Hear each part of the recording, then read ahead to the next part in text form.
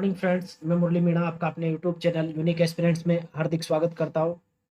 जैसा कि आपको पता है कि हमने आरआईएस प्रारंभिक परीक्षा और कॉलेज लेक्चरर की परीक्षा के लिए राजस्थान एमसीक्यू स्पेशल सीरीज चला रखी है, जिसमें हमने अभी आर्थिक सर्वेक्षण और बजट 2023-24 को लिया है, जिसका आज दूसरी क्लास है। आज की कक्षा का टॉपिक है आर्थिक विकास, ग्रामीण विकास और पंचायती राज। दोस्तों, मेरा आपसे निवेदन है कि अगर आप हमारे चैनल पर नए हैं तो सबसे पहले आप चैनल को सब्सक्राइब कर लें, बेल आइकन को प्रेस कर लें, ताकि आपको डेली एक्सरसाइज के जो वीडियोस मिलते हैं उसका नोटिफिकेशन मिलता रहे और आप अपनी तैयारी को लगातार रूप से जारी रखें। आज की क्लास को शुरू करते हैं और हमारा पहला प्रश्न है, स्वामित्व योजना से तात्पर्य है। ऑप्शन ए है भूमि के लेखा जोखा का डिजिटलीकरण करना। ऑप्शन बी कृषि भूमि को शहरी दबाव से मुक्त करना। ऑप्शन सी भूमि के आपसी झगड़ों का निपटान केंद्र। ऑप्शन डी शहरी एवं वन्य जीव की भूमि के आपसी संघर्ष को खत्म करना। तो इस प्रश्न का सही जवाब है ऑप्शन ए, भूमि के लेखा जोखा का डिजिटलीकरण करना। मित्रों, इस स्वामित्व योजना की जो शुरुआत है वो इसलिए की गई है क्योंकि किसानों को और अन्य जो व्यक्ति जिनको राजस्व विभाग के चक्कर काटने पड़ते हैं, उनको अब चक्कर नहीं काटने पड़े, तहसीलों के चक्कर नहीं खाने पड़े। इसके लिए सरकार ने जो ई मित्र केंद्र है उनके थ्रू इस स्कीम को लॉन्च किया है, ताकि किसान को अपनी भूमि से संबंधित समस्त दस्तावेज, नक्शे वगैरह एक साथ मिल सके। और इस वजह से इन्होंने भूमि का जो समस्त लेखा जोखा है उसको डिजिटलीकृत करने का प्रयास किया है। तो हमारे प्रश्न का सही आंसर रहेगा ऑप्शन ए। अब चलते हैं हम अपने अगले प्रश्न पर। हमारा अगला प्रश्न है, निम्नलिखित में कथनों में से सही कथन की पहचान कीजिए। ऑप्शन है, राजस्थान जैव ईंधन नियम 2019 लागू एवं पंजीकरण करने वाला राजस्थान देश में प्रथम राज्य बना। ये बिल्कुल सही है। बायोफ्यूल ऊर्जा की को बढ़ावा देने के लिए 2007 में बायोफ्यूल प्राधिकरण का गठन किया गया। ये भी बिल्कुल सही है। तीसरा कथन है, राज्य के 8 पूर्वी जिलों में रतनजोत एवं 12 जिले करंज के पौधारोपण हेतु उपयुक्त पाए गए। ये गलत है। तो कथन 1 और 2 बिल्कुल सही है। तो इस हिसाब से ऑप्शन नंबर सी हमारे प्रश्न का सही जवाब बनेगा, कथन केवल 1 और 2। तो इस प्रकार इससे हमारे दो जो फैक्ट है वो निकल कर सामने आए हैं कि राजस्थान जैव ईंधन नियम 2019 लागू करने वाला राजस्थान देश में पहला राज्य है, और राजस्थान का जो बायोफ्यूल प्राधिकरण है उसका गठन 2007 में हो गया था। अब चलते हैं हम अपने अगले प्रश्न की तरफ। हमारा नेक्स्ट क्वेश्चन है, राष्ट्रीय रूर्बन मिशन का प्रमुख उद्देश्य नहीं है। ऑप्शन है, ग्रामीण क्षेत्र को सामाजिक और आर्थिक रूप से सहायक क्षेत्र बनाना। ये बिल्कुल सही इसका उद्देश्य है। ग्रामीण क्षेत्रों में निवेश आकर्षित करना, ये भी रूर्बन मिशन का उद्देश्य है। देश भर में 3000 ग्रामीण विकास क्लस्टरों का निर्माण करना, ये इसका उद्देश्य नहीं है। चौथा है, गांव और शहरों में व्याप्त अंतर को समाप्त करना, तो ये भी इसका उद्देश्य है। तो इस प्रश्न में पूछा गया उद्देश्य नहीं है, तो ऑप्शन सी हमारे प्रश्न का सही आंसर हो जाएगा। जबकि ऑप्शन ए, बी और डी इस प्रश्न के प्रमुख उद्देश्य के रूप में जाने जाएंगे। तो हमारे प्रश्न का सही आंसर है ऑप्शन नंबर सी। अब चलते हैं हम अपने अगले प्रश्न पर। एमएसएमई के संदर्भ में निम्नलिखित में से कौन सा कथन सही है। सूक्ष्म उद्योग के सामने लिखा है 1 करोड़ निवेश और 5 करोड़ टर्नओवर से अधिक नहीं, यानी कि उस उद्योग को सूक्ष्म उद्योग कहेंगे जिसका निवेश तो 1 करोड़ और टर्नओवर, वार्षिक टर्नओवर 5 करोड़ से अधिक नहीं हो। ये कथन बिल्कुल सही है। दूसरा है, लघु उद्योग 10 करोड़ निवेश और 50 करोड़ टर्नओवर से अधिक नहीं, तो ये भी बिल्कुल सही है। ऑप्शन सी है, मध्यम उद्योग 50 करोड़ निवेश 200 करोड़ टर्नओवर से अधिक नहीं, ये गलत है। तो 1 और 2 सही है। ऑप्शन नंबर डी के अंदर लिखा है ए, बी दोनों सही है, तो हमारा आंसर रहेगा ऑप्शन डी। अब चलते हैं हम अपने अगले प्रश्न पर। राजस्थान से निर्यात होने वाली शीर्ष 5 वस्तुओं को अवरोही क्रम में लिखें। शीर्ष 5 वस्तुएं जो निर्यात होती है उनको अवरोही क्रम में, यानी कि घटते क्रम में अपन को लिखना है। ऑप्शन है, शिल्प, धातुएं, इंजीनियरिंग वस्तुएं, कपड़ा, रासायनिक संबंध, ये गलत है। हस्तशिल्प, इंजीनियरिंग वस्तुएं, धातुएं, कपड़ा, रासायनिक संबंध, ये गलत है। तीसरा है, इंजीनियरिंग वस्तुएं, कपड़ा, धातुएं, हस्तशिल्प और रासायनिक संबंध, ये सही है। तो प्रश्न का ऑप्शन सी हमारे प्रश्न का सही जवाब रहेगा। चौथे ऑप्शन को चेक करने की हमें कोई जरूरत नहीं, क्योंकि अवरोही क्रम में सिर्फ यही आ रहा है, क्योंकि सबसे ज्यादा जो निर्यात हुई है वो इंजीनियरिंग वस्तुएं है, उसके बाद में कपड़ा है, फिर धातुएं हैं, फिर हस्तशिल्प है, फिर रासायनिक संबंध है। अब चलते हैं हम अपने अगले प्रश्न पर। हमारा अगला प्रश्न है, एम सैंड नीति 2020 के बारे में निम्नलिखित कथनों पर विचार कीजिए। ऑप्शन ए है, इस यह पॉलिसी 25 जनवरी 2021 को जारी की गई, ये बिल्कुल सही है। एम सैंड इकाई को उद्योग का दर्जा दिया गया, ये भी बिल्कुल सही है। इसके अंतर्गत राज्य निर्माण कार्यों में न्यूनतम 50% एम सैंड का उपयोग अनिवार्य, ये गलत है। इसको खनिज बजरी की मांग और आपूर्ति के अंतर को कम करने के विकल्प के रूप में जारी किया गया है, ये सही है। तो 1, 2 और 4 सही है। 1, 2, 4 के हिसाब से ऑप्शन सी हमारे प्रश्न का सही जवाब बनेगा। 1, 2 और 4, ऑप्शन सी हमारे प्रश्न का सही जवाब। अब चलते हैं हम अपने अगले प्रश्न पर। निम्नलिखित में से निम्नलिखित में से कौन से खनिजों का राजस्थान एकमात्र उत्पादक राज्य है, यानी कि वो खनिज जिनको एकमात्र रूप से राजस्थान के अंदर ही उत्पादित किया जाता है। ऑप्शन है सीसा व जस्ता, ये बिल्कुल सही है। सेलेनाइट, ये भी बिल्कुल सही है। वोलस्टोनाइट, ये गलत है। सैंडस्टोन, ये भी सही है। ग्रेनाइट, ये गलत है। तो इसके हिसाब से पहला, दूसरा और पांचवा, यानी कि ऑप्शन नंबर पहला, दूसरा और चौथा, ऑप्शन नंबर 2, ऑप्शन बी हमारे प्रश्न का सही आंसर रहेगा, क्योंकि पहला, दूसरा और चौथा सही है। सीसा व जस्तायस्क, सेलेनाइट और सैंडस्टोन ये केवल राजस्थान के अंदर ही उत्पादित होते हैं, जबकि सेलेनाइट और ग्रेनाइट नहीं, वोलस्टोनाइट और ग्रेनाइट आउट ऑफ राजस्थान भी पैदा होते हैं। अब चलते हैं हम अपने अगले प्रश्न पर। हमारा नेक्स्ट क्वेश्चन है, 31 मार्च 2022 तक राजस्थान में 100 वर्ग किलोमीटर पर सड़कों का घनत्व कितना था? 31 मार्च 2022 की डेट में पूछा है। ऑप्शन है 65.85 किलोमीटर, 81.47 किलोमीटर, 181.47 किलोमीटर, 165.23 किलोमीटर। तो इस प्रश्न का सही आंसर है ऑप्शन बी, 81.47 किलोमीटर। 100 वर्ग किलोमीटर पर सड़कों का घनत्व राजस्थान में 31 मार्च 2022 की डेट में 81.47 किलोमीटर माना गया है। ऑप्शन बी हमारे प्रश्न का सही आंसर है। नेक्स्ट क्वेश्चन है, दिसंबर 2022 तक राज्य के कितने प्रतिशत गांवों को सड़कों से जोड़ दिया गया है? ऑप्शन है 92.40, 89.39, 85.95, 98.24। इस प्रश्न का सही आंसर है ऑप्शन बी, 89.39। ऑप्शन बी हमारे प्रश्न का सही आंसर है, क्योंकि राजस्थान की 89.39% सड़कों को जोड़ दिया गया है, मतलब गांवों को सड़कों से जोड़ दिया गया है। अब चलते हैं हम अपने नेक्स्ट क्वेश्चन पर। हमारा नेक्स्ट क्वेश्चन है, दिसंबर 2022 तक राज्य में कुल कितनी क्षमता पवन ऊर्जा संयंत्र स्थापित किए जा चुके हैं? ऑप्शन है 3742.75 मेगावाट, 101.65 मेगावाट, 4442.145 मेगावाट, 2056.37 मेगावाट। तो इस प्रश्न का सही आंसर है option number c, 4442.145 megawatt. Option c हमारे प्रश्न का सही आंसर हो जाएगा, और ये प्रश्न पूछा गया है पवन ऊर्जा संयंत्रों की स्थापित क्षमता के संबंध में। अब चलते हैं हम अपने नेक्स्ट क्वेश्चन पर। हमारा अगला प्रश्न है, राजस्थान जनाधारी प्राधिकरण नियम कब से लागू किए गए? ऑप्शन ए है 15 अगस्त 2020, 4 अगस्त 2021, 20 सितंबर 2021 और 27 अगस्त 2021। तो इस प्रश्न का सही आंसर है 4 अगस्त 2021। ऑप्शन बी हमारे प्रश्न का सही आंसर है। जनाधार प्राधिकरण के नियम राजस्थान में 4 अगस्त 2021 से लागू किए गए हैं। अब चलते हैं अपने नेक्स्ट क्वेश्चन पर। हमारा क्वेश्चन है, इंदिरा रसोई योजना के संदर्भ में सत्य कथन कौन सा है, ये देखना है अपन। राज्य सरकार द्वारा 20 अगस्त 2020 को इस योजना को प्रारंभ किया गया, ये बिल्कुल सही है। इस योजना के तहत 8 रुपए प्रति थाली भोजन उपलब्ध कराया जाता है, ये भी सही है।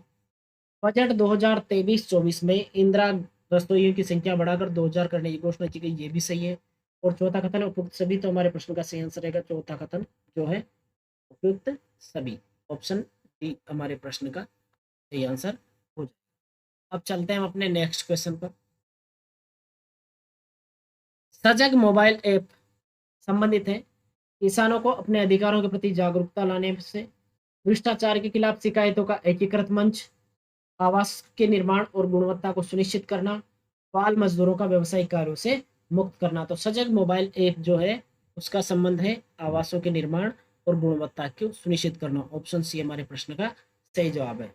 इस प्रश्न को इस तरीके से पूछ सकता है कि आवास निर्माण एवं गुणवत्ता से संबंधित मोबाइल ऐप कौन सा है, उसका ध्यान रखना है अपन को, सजग मोबाइल ऐप। नेक्स्ट क्वेश्चन है, निरोगी राजस्थान अभियान की शुरुआत कब की गई? ऑप्शन है 15 दिसंबर 2019, 7 दिसंबर 2019, 24 दिसंबर 2019, 18 दिसंबर 2019। तो इस प्रश्न का सही जवाब है ऑप्शन 4, 18 दिसंबर 2019। इस दिन से राजस्थान में निरोगी राजस्थान अभियान की शुरुआत की गई थी। ऑप्शन नंबर 4 हमारे प्रश्न का सही आंसर है।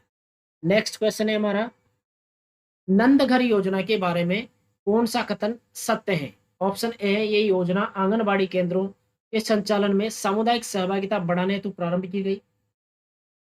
ये बिल्कुल सही है। इस योजना के तहत एकल कामकाजी महिलाओं के बच्चों की देखभाल हेतु पालना गृह खोले जा रहे हैं। ये गलत है। तो कथन एक सही है, तो ऑप्शन है केवल एक, पहला कथन ऑप्शन ए इस प्रश्न का सही जवाब बन जाएगा, क्योंकि नीचे वाले कथन के बारे में सोचने की हमें कोई जरूरत नहीं है। अब चलते हैं हम अपने नेक्स्ट क्वेश्चन पर। मिशन वात्सल्य योजना संबंधित है। ऑप्शन ए है, बालक बालिकाओं हेतु सुरक्षित परिवेश तैयार करना, समेकित बाल विकास सेवा में जन सहभागिता बढ़ाने हेतु, गर्भवती महिलाओं एवं बच्चों में स्वास्थ्य एवं पोषण में सुधार हेतु, उपयुक्त सभी। तो इस प्रश्न का सही आंसर है ऑप्शन ए, बालक बालिकाओं हेतु सुरक्षित परिवेश तैयार करना। ये मिशन वात्सल्य योजना इससे संबंधित मानी जाती है। नेक्स्ट क्वेश्चन की तरफ बढ़ते हैं अपन। हमारा अगला प्रश्न है, इंदिरा महिला शक्ति उड़ान योजना कब प्रारंभ की गई?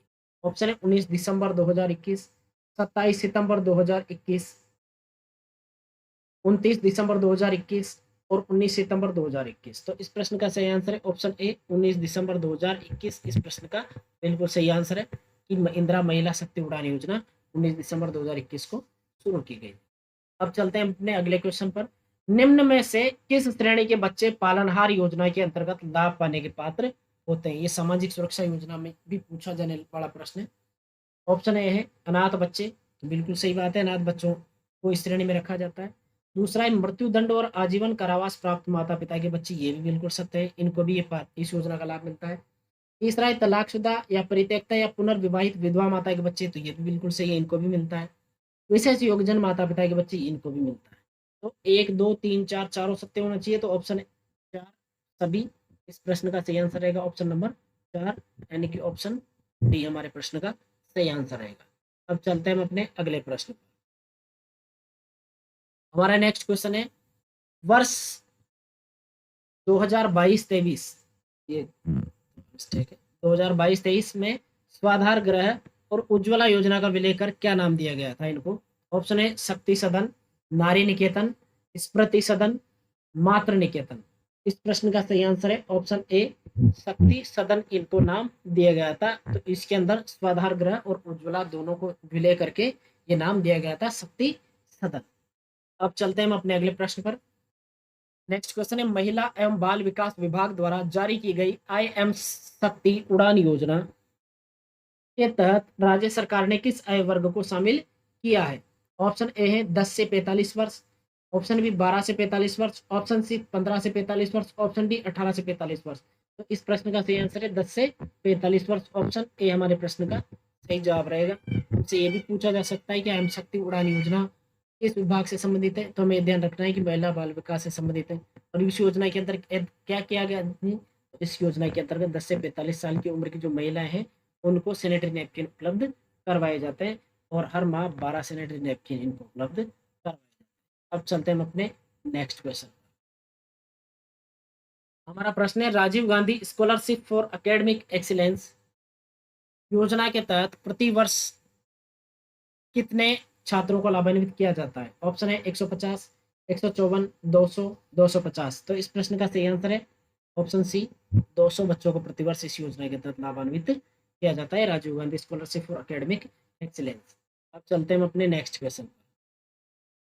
शुभ शक्ति योजना का संबंध किससे? शुभ शक्ति योजना का संबंध किससे है? ऑप्शन है राजस्थान में पर्यटन को बढ़ावा देना, राजस्थान की कृषि में महिलाओं के योगदान को बढ़ावा देना, राजस्थान में फ्लोरोसिस से ग्रसित बच्चों का उपचार करना, ऑप्शन डी है राजस्थान की अविवाहित महिलाओं में उद्यमिता का विकास करना। तो इस प्रश्न का सही आंसर है ऑप्शन नंबर 4, राजस्थान में उद्यमिता अविवाहित महिलाओं में उद्यमिता का विकास करना से संबंधित है शुभ शक्ति योजना। अब चलते हैं हम अपने नेक्स्ट क्वेश्चन की तरफ। राजस्थान फाउंडेशन के संबंध में कौन सा कथन सही नहीं है? राजस्थान फाउंडेशन के संबंध में कौन सा सही नहीं, ये पूछा है। इसकी स्थापना 30 मार्च 2001 को की गई, ये बिल्कुल सही है। इसका अध्यक्ष राज्य का मुख्य सचिव होता है, ये गलत है। इसका प्रमुख उद्देश्य प्रवासी राजस्थानियों के साथ संपर्क और संचार को बढ़ावा देना है, ये भी बिल्कुल सही है। इसके तहत सामाजिक क्षेत्र में गतिविधियां शुरू करने के लिए 12 शहरों में सेंटर खोले गए, ये भी बिल्कुल सही है। तो प्रश्न में ये पूछा गया है कि कौन सा कथन सही नहीं है, तो ऑप्शन बी हमारे प्रश्न का सही जवाब हो जाएगा, क्योंकि ये असत्य है। अब चलते हैं हम अपने नेक्स्ट क्वेश्चन की तरफ। हमारा अगला प्रश्न है, जैविक द्रव्य ऊर्जा यानी कि बायोमास ऊर्जा के संबंध में निम्नलिखित कथनों पर विचार कीजिए। राज्य में बायोमास ऊर्जा से महत्वपूर्ण स्रोत सरसों की तूड़ी और विलायती बबूल, ये बिल्कुल सही है। दिसंबर 2022 तक राज्य में 15 बायोमास संयंत्र स्थापित किए जा चुके हैं, ये गलत है। तीसरा कथन है, दिसंबर 2022 तक राज्य में बायोमास की उत्पादन क्षमता 120.45 मेगावाट रही, ये बिल्कुल सही है। तो 1 और 3 इस प्रश्न का सही आंसर रहेगा। सत्य पूछा है तो ऑप्शन नंबर 3 यानी कि ऑप्शन नंबर सी हमारे प्रश्न का सही जवाब हो जाएगा। 1 व 3 इस प्रश्न का बिल्कुल सही उत्तर है। अब चलते हैं हम अपने नेक्स्ट क्वेश्चन पर। राजस्थान राज्य राजमार्ग निवेश कार्यक्रम निम्न में से किस संस्था द्वारा वित्त पोषित है? ऑप्शन है Asian development bank, new development bank, अंतर्राष्ट्रीय मुद्रा कोष, 1 व 2 दोनों। तो इस प्रश्न का सही आंसर है Asian development, option A, Asian development bank के द्वारा राजस्थान राज्य राजमार्ग निवेश कार्यक्रम को इस संस्था के द्वारा वित्त पोषित किया गया है। अब चलते हैं हम अपने नेक्स्ट क्वेश्चन पर। ऊर्जा विभाग राजस्थान सरकार द्वारा राजस्थान पवन, पवन लिखा है सॉरी मिस्टेक, भवन हो गया, पवन एवं हाइब्रिड ऊर्जा नीति कब जारी की गई थी? ऑप्शन है 2 अक्टूबर 2019, 18 दिसंबर 2019, 15 दिसंबर 2019, 26 दिसंबर 2019।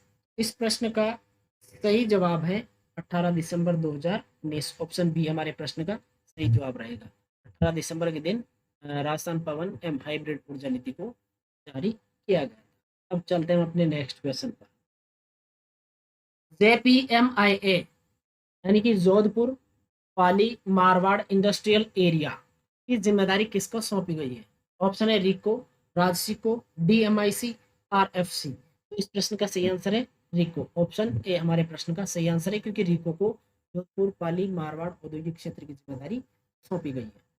नेक्स्ट क्वेश्चन है, मिशन निर्यातक बनो पहल कब प्रारंभ हुई? ऑप्शन है 25 जुलाई 2021, 20 सितंबर 2022, 29 जुलाई 2021, 5 दिसंबर 2022। तो इस प्रश्न का सही आंसर है 29 जुलाई, ऑप्शन नंबर सी, 29 जुलाई 2021 को मिशन निर्यातक बनो ये कार्यक्रम लॉन्च किया गया था।